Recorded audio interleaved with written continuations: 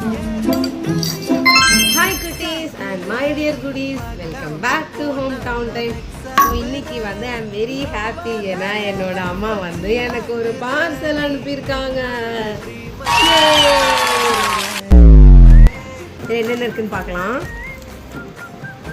First என்னோட favourite cups, அதுக்கப்புறம் வந்து ஒரு லட்டு அண்ட் கொஞ்சம் மிக்சர். இதில் வந்து ஏதோ சர்ப்ரைஸாக ஒழிச்சு வச்சுருக்காங்களா என்னோடய மம்மி, அதை கண்டுபிடிச்சி ரிப்போர்ட் பண்ண சொல்லியிருக்காங்க. ஸோ என்னோடய ஃபேவரட்டான ஐட்டம் திஸ் இஸ் மசாலா கடலை.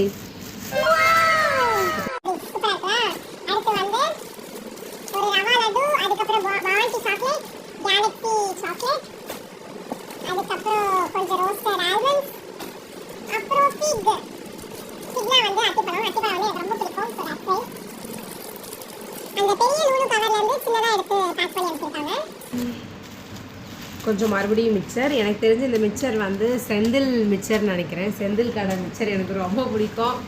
அந்த கடையில் மிக்சர் வாங்கி சாப்பிட்லன்னா வந்து எனக்கு டீ குடித்தா வந்து நல்லா இருக்காது. அதனால் எனக்கு அந்த மிக்சர் பிடிக்கும்.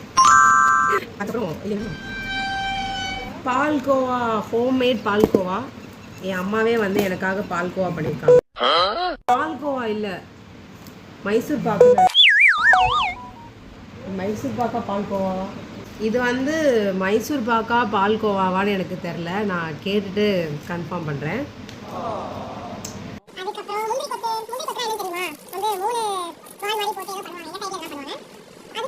ஏதோ டப்பால் இருக்கு. என்ன இது?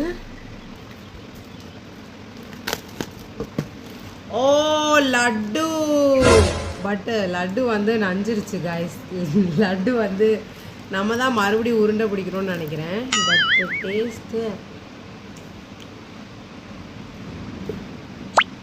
டேஸ்ட் நல்லா இருக்கு. பட் லட்டு